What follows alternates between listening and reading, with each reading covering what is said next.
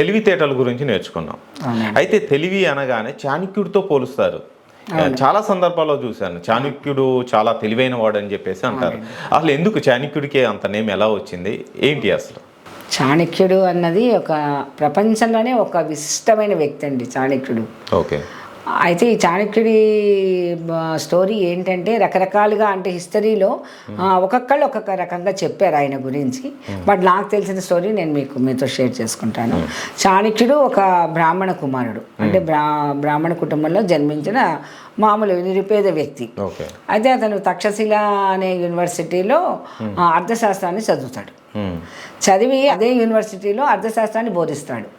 అంటే మనం చదివిన కాలేజ్కే మనం ఒక లెక్చరర్గా వెళ్ళాలి అంటే మన సత్తా ఏంటో అక్కడే తెలుస్తుంది. అలాగే చాణక్యుడు కూడా అంత సత్తా ఉన్న వ్యక్తి అనమాట. అంటే అవపోసన అంటారు కదా, ప్రతిదాన్ని కూడా అవపోసన పట్టేస్తారంటారు. సో అన్ని తెలివితేటలు అనమాట, సూక్ష్మగ్రాహి. అసలు ఇలా వినగానే అలా వెళ్ళిపోతుంది ఆయన బ్రెయిన్కి. అయితే అక్కడ నందరాజ్యం అని ఉంటుంది.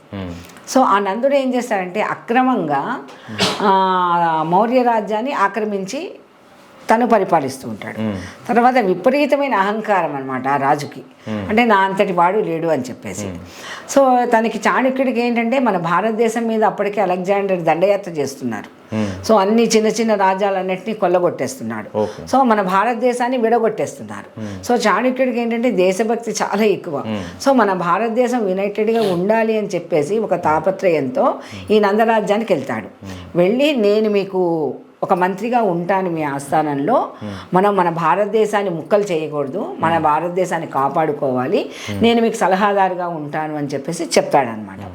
కానీ రాజు వినడు కదా, వాడు అసలే మూర్ఖుడు, పైగా అక్రమంగా రాజ్యాన్ని సంపాదించాడు. అయితే ఏంట్రా నువ్వు నాకు చెప్పేది, నువ్వు ఒక పిలక వేసుకుని నువ్వు నాకేం చెప్పేది అని చెప్పేసి ఆ పిలక పట్టి ఇట్లా లాగి సభలోంచి తోసేస్తాడు అనమాట. తోసేస్తే చాలా అవమానంలాగా ఫీల్ అవుతాడు చాణక్యుడు. ఫీల్ అయిపోయి అప్పుడు జుట్టంతా ముడి వేసుకున్నది కాస్త ఊడిపోతుంది అనమాట. ఊడిపోతే శపథం చేస్తాడు, చాణక్య శపథం అంటారు. నేను మళ్ళీ నిన్ను దించి మౌర్య రాజ్యాన్ని తిరిగి తెచ్చే వరకు నేను నా జుట్టుని ముడి వేసుకోనని చెప్పేసి శపథం చేసేసి బయటకు వచ్చేస్తాడు చాణక్యుడు. సో చాలా ఎట్లాగా ఇంకా నేను అనుకున్న శపథం చేసి వస్తాడు కదా, ఆ శపథాన్ని నేను ఎలా నెరవేర్చాలి అంటే దానికి కొన్ని టాక్టిక్స్ ఉంటాయి కదా, ఇప్పుడు స్ట్రాటజీస్ అంటారు.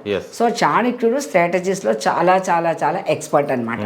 అంటే ముందు వ్యూహరచన చెయ్యాలి. ఒక పని చెయ్యాలంటే డైరెక్ట్గా మనం జంప్ చేయకూడదు అందులోకి.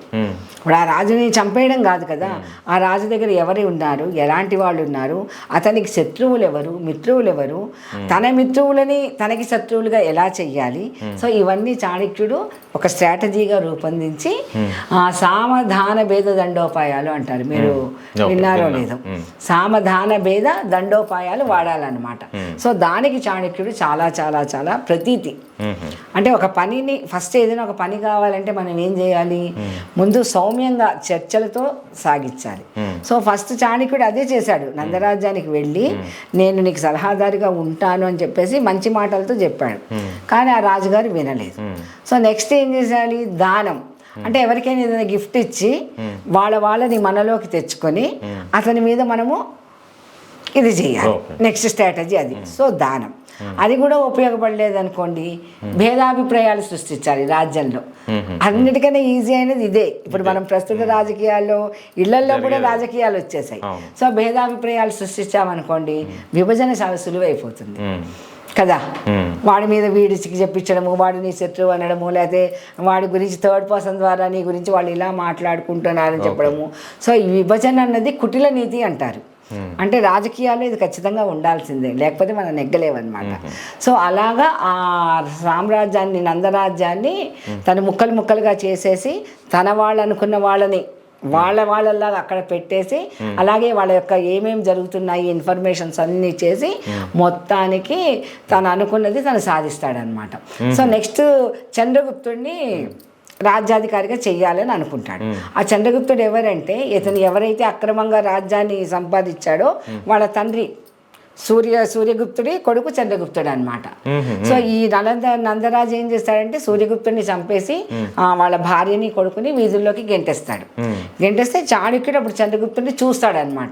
చూసి ఆ అబ్బాయిలో చాలా వర్చస్సు రాజటీవీ ఉంది కాబట్టి ఈ అబ్బాయిని మనం తీర్చిదిద్ది ఎలా అయినా సరే, పగ కూడా పట్టాడు, శపథం పట్టాడు కదా, ఈ అబ్బాయిని ఎట్లా అయినా సరే తన రాజ్యాన్ని తనకి తిరిగి ఇప్పించాలి అని చెప్పేసి తను అనుకుంటాడు.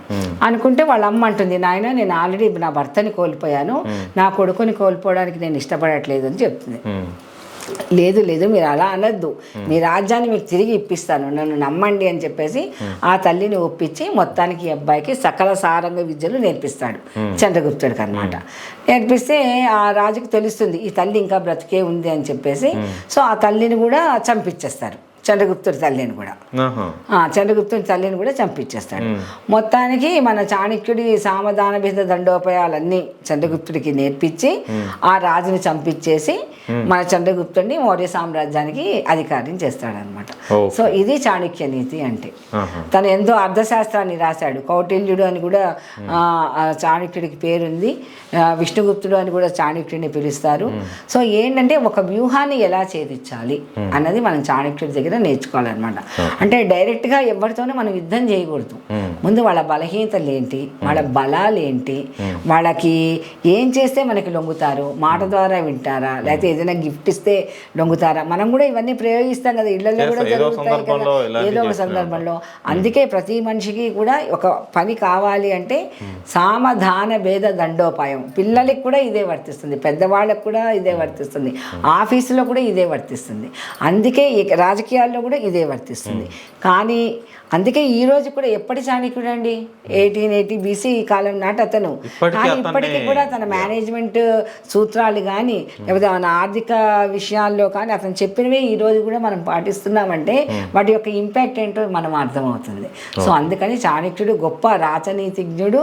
అసలు అతనికి ఉన్న తెలివితేటల ముందర అసలు ఎవ్వరు కూడా అతనికి సాటి లేరండి.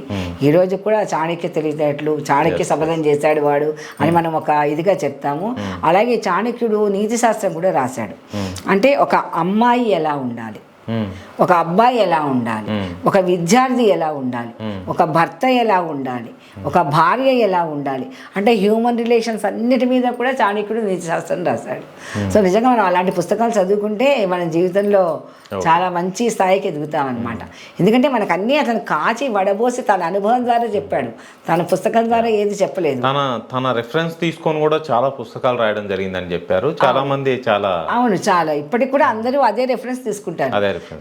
ఇంటర్నేషనల్ లెవెల్లో కానివ్వండి, ఏదైనా కానివ్వండి, మన భారతదేశంలో కానివ్వండి, మన ISB స్కూల్స్లో చెప్పేది కానివ్వండి, అవన్నీ మన చాణక్యుడు గారు రాసిన అర్థశాస్త్రం నుంచి ఎకనామిక్స్ అంతా, ఇప్పుడు నిర్మలా సీతారామన్ గారు కానివ్వండి, లేకపోతే ఎవరైనా సరే, సో ఆయన ప్రిన్సిపల్స్ పాటించాల్సిందే. ఎందుకంటే ఇంక అల్టిమేట్ ఇంకా ఆయనకు మించిన వాళ్ళు ఎవరు లేరు. అసలు ఇప్పటి ఆధునిక ప్రపంచాన్ని కూడా దృష్టిలో పెట్టుకొని ఆయన రాయడం, అప్పట్లో రాయడం అనేది చేయడం అనేది అదే వ్యూహం అంటే ఎన్ని జనరేషన్స్కి ఆయన, ఎన్ని సెంచరీస్కి ఆయన ఆలోచించారు. ఈ రోజు కూడా ఆయన చెప్పింది మనం పాటిస్తున్నాము అంటే ఆయన అంత ముందు చూపు ఉన్న వ్యక్తి కదా. అందుకే చాణక్యుడు అంత గొప్పవాడు, చరిత్రలో చిరస్థాయిగా నిలిచిపోయిన వ్యక్తి చాణక్యుడు అండి. చాణక్య చంద్రగుప్త అని సినిమా వచ్చింది, సీరియల్స్ కూడా వచ్చాయి. నాకు చాలా చాలా ఫేవరెట్ అండి. అంటే ఇన్స్పిరేషనల్ పర్సన్ అనమాట. అంటే ఒక అవమానం జరిగితే మనం ఏడుస్తూ కూర్చోకుండా ఆ అవమానాన్ని ఎలా ఎదుర్కోవాలి అన్నది చాణక్యుడు చెప్పడమే కాదు, అంటే ఇవన్నీ ఇన్స్పిరేషన్ కావచ్చు, ఇవన్నీ చెప్పడమే కదా, ఆయన చేసి చూపించారు. అతనికి నాలెడ్జ్ ఉందని ఏదో చదువుకొని నాలెడ్జ్ కాదు, ప్రాక్టికల్ గా హీ హాజ్ తన ఎక్స్పీరియన్స్ అయ్యి, అందుకే అవన్నీ ఇప్పుడు మనకి నిత్యపాఠాలు అనమాట. సో ఇప్పుడు ఒక విద్యార్థి ఎలా ఉండాలి అన్నది మనం చాణక్యుడు ప్రిన్సిపల్స్ ఇచ్చారు. మొన్న కూడా మనము తెలివితేటల గురించి చెప్పుకున్నప్పుడు ఒక తెలివైన వ్యక్తి ఎలా ఉంటాడు అంటే అవి చాణక్యుడు చెప్పినవి. అంటే సమయ పాలన అవనివ్వండి, లేకపోతే తన మీద తను ఇండిపెండెంట్గా ఉండడం అవనివ్వండి, అవన్నీ కూడా చాణక్యుడు చెప్పిన నీతి సూత్రాల్లోంచి వచ్చినవి. ఓకే, చాలా అద్భుతమైన వ్యక్తి గురించి చెప్పాడు మేడం. కానీ ఇన్ని సంవత్సరాలు, వందల సంవత్సరాలు అవుతున్నా కానీ ఇంకా చాణక్యుడి పేరుని ఇంతవరకు మర్చిపోలేదు. అతన్నే రిఫరెన్స్గా తీసుకొని చెప్తూ ఉంటారు. చాలా సందర్భాల్లో కూడా పెద్ద పెద్ద రాజకీయ నాయకులు కూడా అతని గురించి చాలా సందర్భాల్లో మాట్లాడిన ఇది చూసాం. చాలా అద్భుతంగా చెప్పారు madam. Thank you so much. Thank you.